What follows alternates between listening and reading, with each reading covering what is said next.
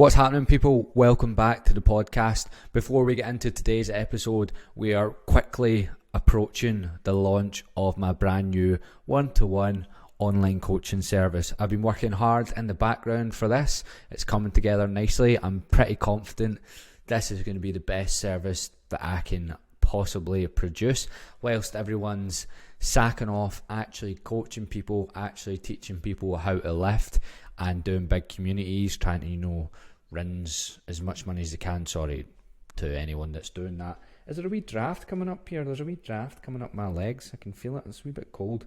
Anyway, you don't need to know that. But yeah, whilst everyone else is probably just trying to milk as much money as possible, I'll also be trying to make money. But at the same time, I'm not just trying to get as much people in as possible to give me some money. I'm actually passionate about teaching people one-to-one how to actually lift as well. So not talking all sorts of bollocks about their mindset and just sending them mindset voice messages. I'm passionate about actually teaching you what to do in the gym, because as a personal trainer, I believe that's my job.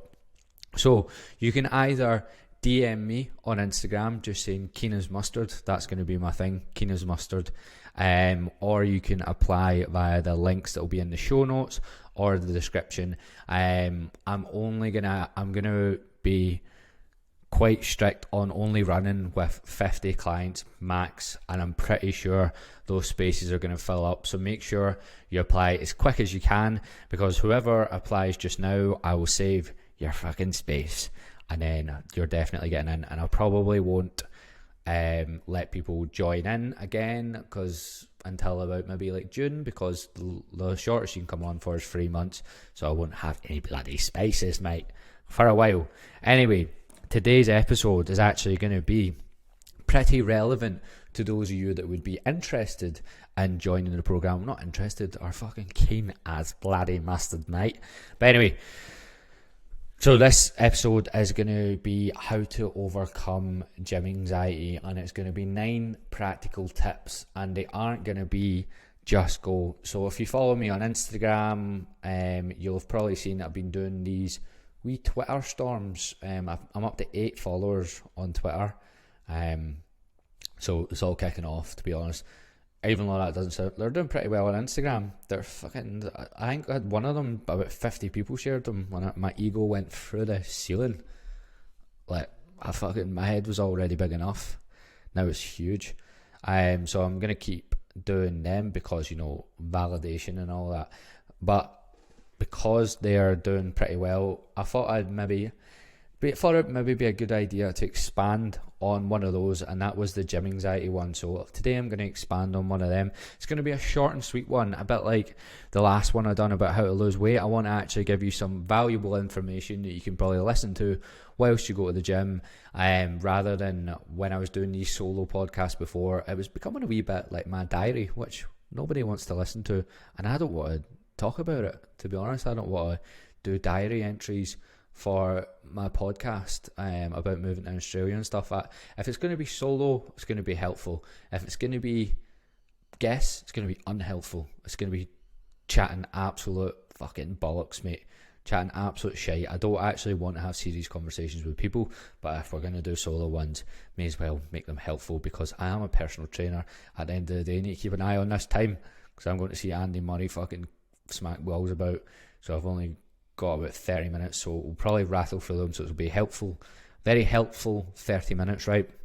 So for the gym, right, with being anxious in the gym, I can't really go fully back to when I first started going when I was like 16, and I remember my gym was really quiet. It was like a leisure centre, so I don't think I would have been that anxious, or I wouldn't have lifted weights and stuff really on my own, so I wouldn't have put myself in a state where you could be anxious, because you're just not going to get anxious going to a leisure centre where there's like 2 old women fucking on a treadmill next to you. That just wouldn't give anyone anxiety. But so I remember the first time when I came back to become a personal trainer, I went to the gym, one of the gyms in Hamilton. It's called Virgin. So obviously Virgin's all around the UK, and there is Virgins all around the UK.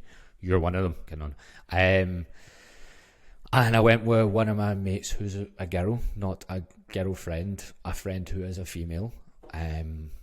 and I was showing her how to do one of the exercises, and we were in one of the squat racks, and next to her was 3 lads that she went to school with, and I think she'd kissed one of them when she was like 16 or something, and I'm standing with her, and I could feel her anxiety, like I could feel anxiety through her, because they were like not watching her, but like, you know, people you went to school with, and she didn't know how to do the exercise which I was showing her how to do, and she also knew the people pretty well. So at that point, I remember like a switch in me going, oh, I get it. I actually understand it, because I hadn't felt that before, or at least I was maybe like 16 when I went to the gym for the first time. And although I never ever got into it, I never really understood what I was doing. I'd always like fucking tried it for a month and then gave up with it, or didn't really bother learning properly what to do. But I never got the anxiety bit, and because I'd been enough, I just hadn't bothered learning how to do it, or like stuck to it at all. So here's my 9 practical tips, right? These are tips that aren't just like just go. These are actually things that I've probably implemented with clients, and also things that I've just picked up, or there are maybe things that are like I've actually used that helped me overcome anxiety. For other things, like I used to busk on Buchanan Street, and if you think you're nervous for the gym, imagine grabbing a football, turning up a speaker as loud as you can, and busking in the middle of the city that you're from, knowing that people you know from school are gonna see you. That made me nervous. So I know anxiety in other forms, or like social anxiety in other forms, because that's where we're not talking about actual anxiety when we're talking about gym anxiety, and that's one of the points as well, because it's not the same thing. It's more like a nervousness. And right, so let's get into it. So number 1, start treating the gym the same way you would treat a new job, right? So I think I've said this in the podcast before, but I've actually talked about a different story in the podcast before, about when I started working in a bar back home for the first time. Sorry, someone's putting stuff in the bins. I thought there was a ghoul in here. There's a ghoul around this town that I'm living in, or suburb, and it keeps moving all my keys, my AirPods, my wallets, and I don't know where they are ever. So it's called the Bentley Ghoul. Keeps fucking losing my stuff. There's my AirPods. He puts them back where they are sometimes. So imagine you're treat it like you're starting a new job. So when I first started working in a bar, I've told the story about me smashing the coffee cups, but there was other things that happened. I basically done about numerous. Don't know why they gave me the job. I don't know why they didn't just sack me straight away. I think on my first week that I smashed the coffee cups. Another thing I done, there was like a business meeting going on in one of the places, in one of the rooms, and I had to carry over 7 pints of Guinness. And as I approached the table, I was never that great with trays. That's why I focused on being behind the bar after a few of these. But the tray just started wobbling, and as it started wobbling, I was like, fuck, these are definitely not staying on this. And they were about to go all over the full table of people in suits. And what I done at the very last minute, I just went abort mission, and I fucked them all over myself. So they were going to go all over them, and then what I done is I scooped it back the way and just threw 7 pints of Guinness pretty much all over myself in front of about 10 probably pretty well off people it was in Bothwell, which is near where I'm from, which is full of rich cunts, and they are cunts. But yeah, that was pretty embarrassing. And I was pretty nervous the full time I was starting that bar job, because I just didn't really know much about serving alcohol. So another time, probably within my first week or two again, a woman who was a regular. When you say regular in a pub, you mean alcoholic. She was an alcoholic. She was there all the time. She asked me for a baby Guinness. Now, that isn't a baby that's blood's Guinness. It's also not a Guinness in a shot glass, which is what I poured her.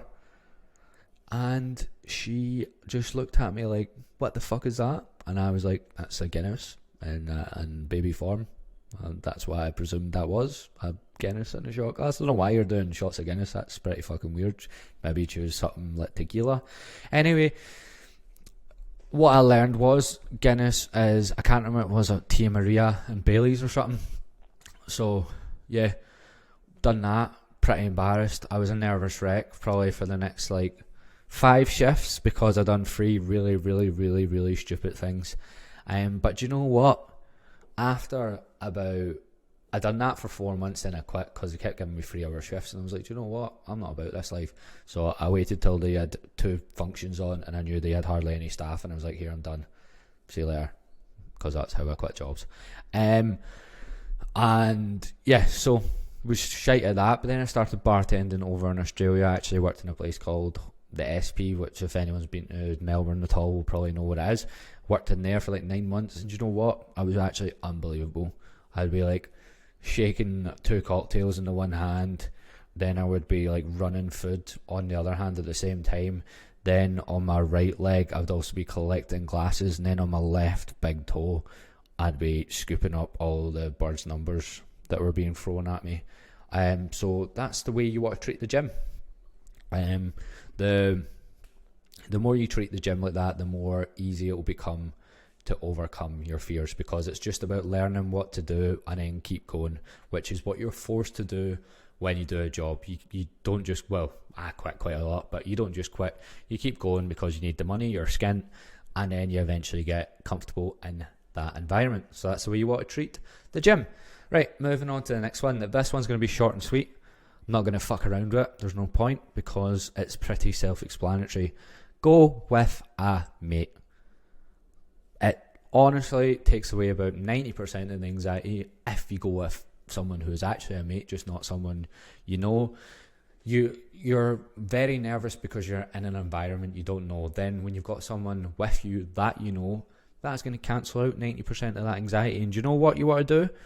When you do something wrong with your mate, rip the fucking arse out of each other, because that will make you feel a lot more at ease, because you're going to do stuff wrong, but if both of you are doing stuff wrong and you can help each other out, you can also take the piss out of each other and make it more of a laugh. It's not that serious. You're going to do stuff wrong in the gym.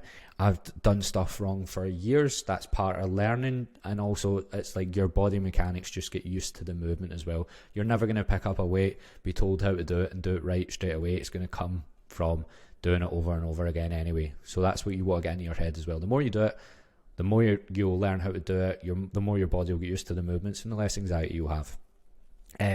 Number 3, right, this is an important one, because especially in 2020, we're now in 2023, bloody hell, time flies. But especially now, there's this whole softer and softer approach with everything, right? And I wouldn't say I'm old school, I would say I try be in the middle. But it really pisses me off when people have the softest of soft approaches, as if that does anything for anyone. Oh, you're too anxious to go to the gym. Well, maybe the gym isn't for you, and maybe you should just work out from home and avoid all your fears, as if that does anything. It does absolutely nothing. It just makes you avoid what you're scared of, which is never going to do anything. So what I would say is you can't treat gym anxiety as if it's a condition you have. It's a nervous response to not being used to somewhere or being in a new environment. Same nervous response you get when you start a new job, same nervous response if you're not used to dating and you go on a date. It's the same thing.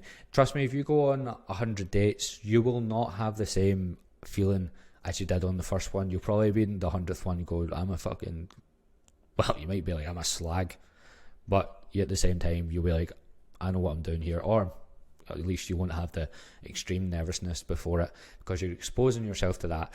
And that's what getting over gym anxiety is. It's exposing yourself to that feeling so you eventually get used to the environment. It's just a nervousness. It's not anxiety, because we can, in this day and age, we can be very quick to label ourselves with conditions that we don't have, which makes you believe you have conditions, and then you actually don't allow yourself to go over them. So remember, gym anxiety that you have is not a condition of anxiety. It's a nervousness that you have in a new environment, a nervousness that you're well capable of getting over if you keep putting yourself in that environment. Right, numero 4, probably the most important one. The quickest and most effective one is number 2, get a mate to go with you. Number 4 is the one that matters. This is the big one. This is the one you need to listen to fuck up. And fuck up if you don't do it. Follow a bloody plan. Get a plan. There's ones in it, like you can get one on my page somewhere. You'll be able to get it in the bio. If I can remember, because sometimes I don't remember these things, I'll put it in the show notes. My free plan is 2 years old, by the way. It's not full body. I want it to be 3-day full body. This year I'll make a brand new one. And I'll tell you about it on the podcast when I do it. But getting a plan is the most important thing. So if you don't have one and you don't know where to get one, just download the one in my bio. It's like the one I make, the new one I make will be just 10% better. So this one will still do the job. The thing with the gym is a lot of people will just wing it. Like if someone asks me, should I be doing free weights or machines? I'm like, you don't have a plan. So that's the thing. Before you even ask me questions like that or rep ranges, get a plan. Your rep range doesn't actually matter anywhere near as much as you think it is. Think it does. Sorry, terrible English. The exercises don't matter as much as you think they do. And also just little things like your rest periods and stuff like that. They don't actually matter that much. What matters is you get a plan and you improve at the plan. So if there's 3 workouts, 6 exercises each, and like a specific rep range, what you're trying to do is add more reps each week or add weight to the same sets as the week before. It's called progressive overload. All you're trying to do to get your body to adapt is make the same exercises harder. This whole idea that you switch workouts every time to like shock your body, it's not a thing.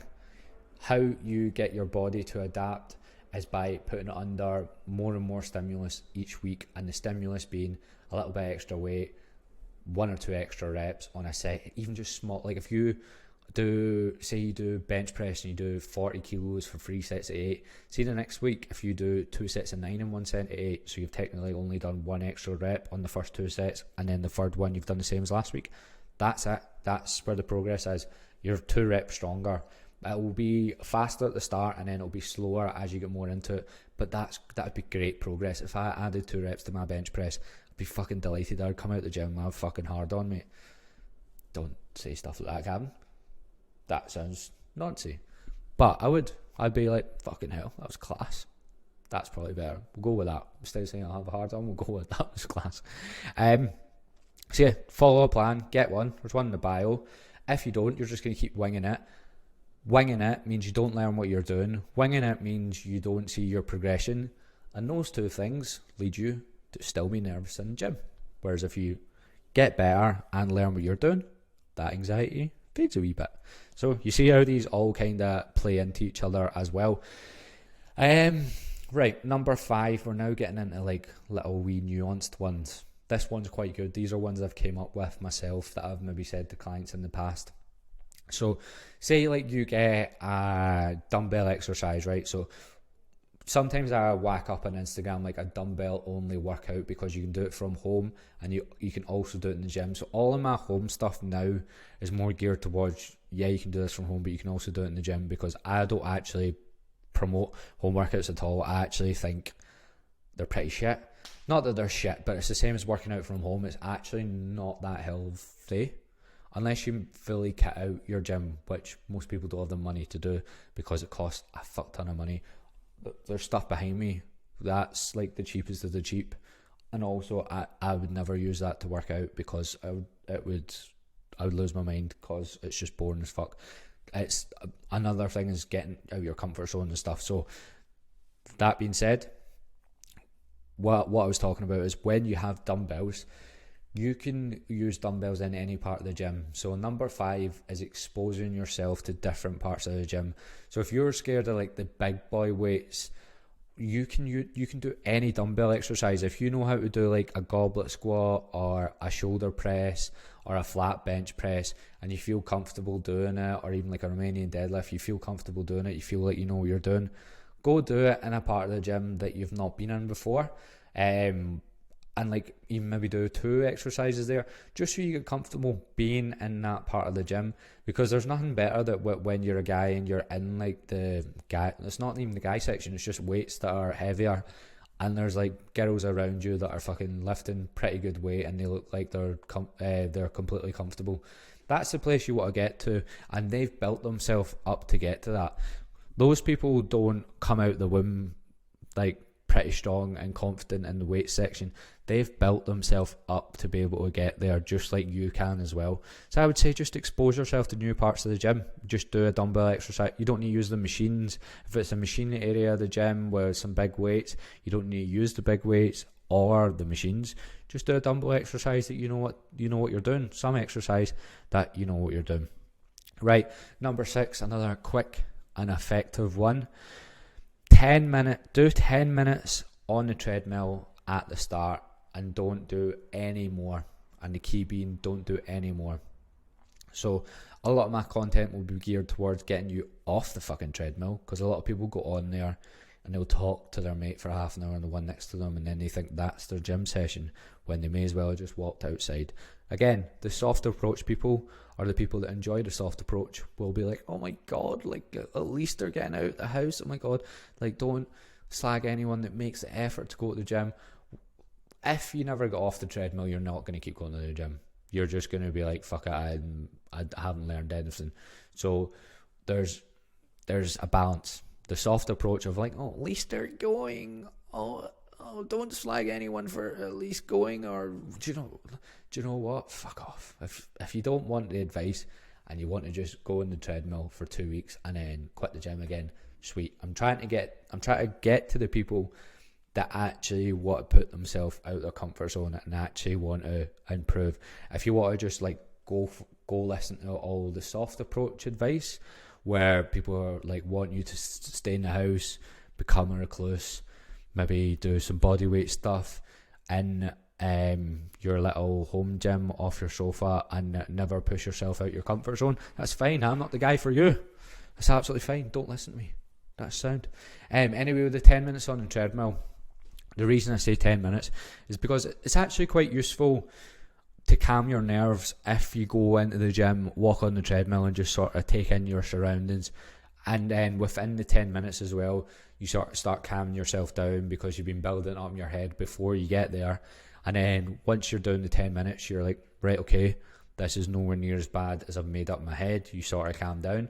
But the reason you cap it at 10 minutes is because a lot of people can get stuck on there and be like, right, I'm just going to stay on the treadmill then because that still looks scary. It's just like sort of building yourself up, like baby steps into getting actually into the gym. So 10 minutes, take in your surroundings, maybe go, right, my first exercise is over there, I'm going to go over there after this.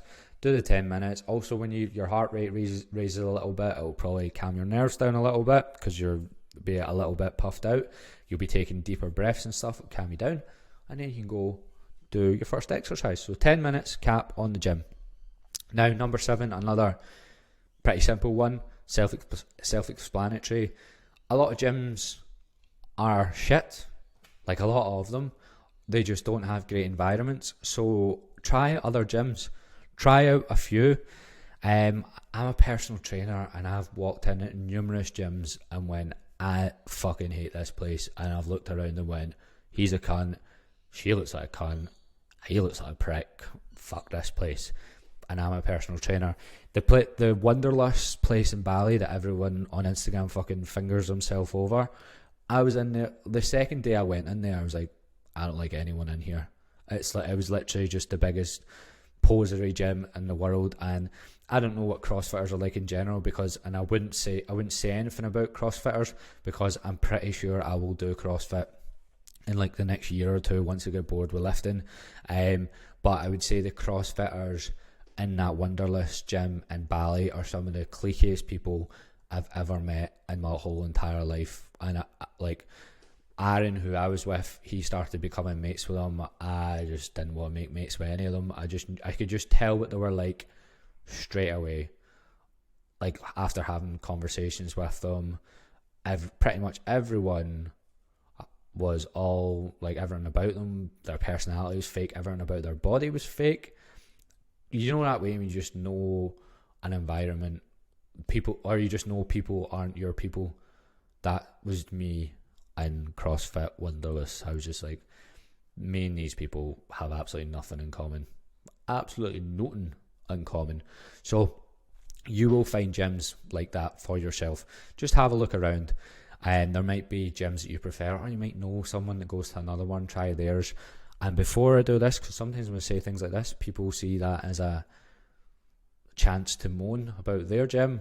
Don't moan to me about anything, because I honestly don't care. Sometimes people just send me like a big message with just like a paragraph of them moaning about a situation. I was like, do you listen to me? I'm the bluntest cunt in the world. I do not want to listen to your moaning. Okay? Right, next one. 8. Oh, 8's a good one. 8's a fucking banger. Buy new gym clothes. See this? This is quite new, and I feel pretty good in it. If you're an audio listener, it's just a wee grey Nike. I think I've seen it in JD, and it was on sale, and I was like, I love a bargain, and I love Nike. So I bought it, and do you know what? I put it on, and I was like, I look fucking good in this. And do you know what? See, when I buy gym clothes and I put it on, I go, I look pretty good. I want to go to the gym, because I want to be like, I want to see myself in the mirror going, I look pretty good. Now, I know some people go, I'm not, maybe don't have that sort of opinion of myself, which is something that, like, you can work on. But yeah, see, when you put new gym clothes on, and yeah, or even just, maybe you're not at the point where you go, here, I fucking would have a bit of that about yourself, because that's what I do sometimes. But when you put on new gym clothes and it even feels nice, you'll want to actually use them. I'm not saying if you're in a financially bad position to spend all your money on gym clothes, because people do that. That's not my advice. My advice is just to, like, fucking treat yourself well, and then when you maybe buy something that's going to make you go to the gym, I'll actually give you that accountability, like, oh, I spent some money in gym clothes, I feel pretty good in these, maybe I should do something more for myself, like actually use these gym clothes in the gym. It's like a wee bit of a form of accountability. Now, the last one, I know I said at the start, number 9, I said at the start, this wouldn't just be like, oh, just go. But, just like my Twitter storm, I lied. I told a big fat lie. The biggest part of all of this is just fucking going. Take all of the 8 before, and this one comes first, because you can't apply any of them unless you go. So all of these thoughts you have in your head are all just ways that your brain is trying to put you off going. It wants the easy route out. It wants to protect you from anything. Having anxiety in the gym is something that says danger to your head. So it's going to do everything and anything to put you off going. So all the thoughts you have about not going, they're not real. This is something I've been pushing quite a lot, that you've probably noticed. The thoughts in your head aren't real. They're just something that's trying to protect you. And you know logically there's nothing bad is going to happen from actually going to the gym. So what you have to do is, whilst those thoughts are going on in your head, you can acknowledge them, but acknowledge them whilst you are making your way to the gym. When you get there, when you get through those big doors, you'll realise that it's nowhere near as bad as you thought it was going to be, and you'll be fine. So number 9, the most important of all, just fucking go. Through what that was, that like Cockney / Aussie? Have no idea. But anyway, yeah, I'm pretty sure that's everything. Also, by the way, about 10 people rated the podcast 5 stars on Spotify after the last one. So I don't know who's listening to these solo ones, but I think actually quite a few people are. And I've not been promoting any clips, and they're still getting pretty hefty listens. So thank you, appreciate everyone that's doing that. I know you all know that I have big goals in Australia and stuff, so this is going to help me loads. If any of you can share it at all on your, by the way, sharing it on your story would help me out a lot. I was going to say it would give me something again, but it won't. Don't do that. I need to stop saying that. That's one thing I said in the podcast that I shall stop. But yeah, thank you very much. Anyone who's looking to fast track all of their anxiety, as in get fast tracking, getting away, because that made it sound like acquiring anxiety, then just apply via the link in the show notes or the description, or DM me on Instagram saying keen as mustard. No nudes involved with that, because keen as mustard can also sound like you're going to come on to me. I'd prefer you didn't. And I will get back to all the inquiries, and it will be launching on the 2nd of February. I'm about to go watch Andy Murray with a bunch of Scottish people. I hope you have a lovely day. Thank you very much for listening. Rate the fucking podcast, and I'll catch you in the next one.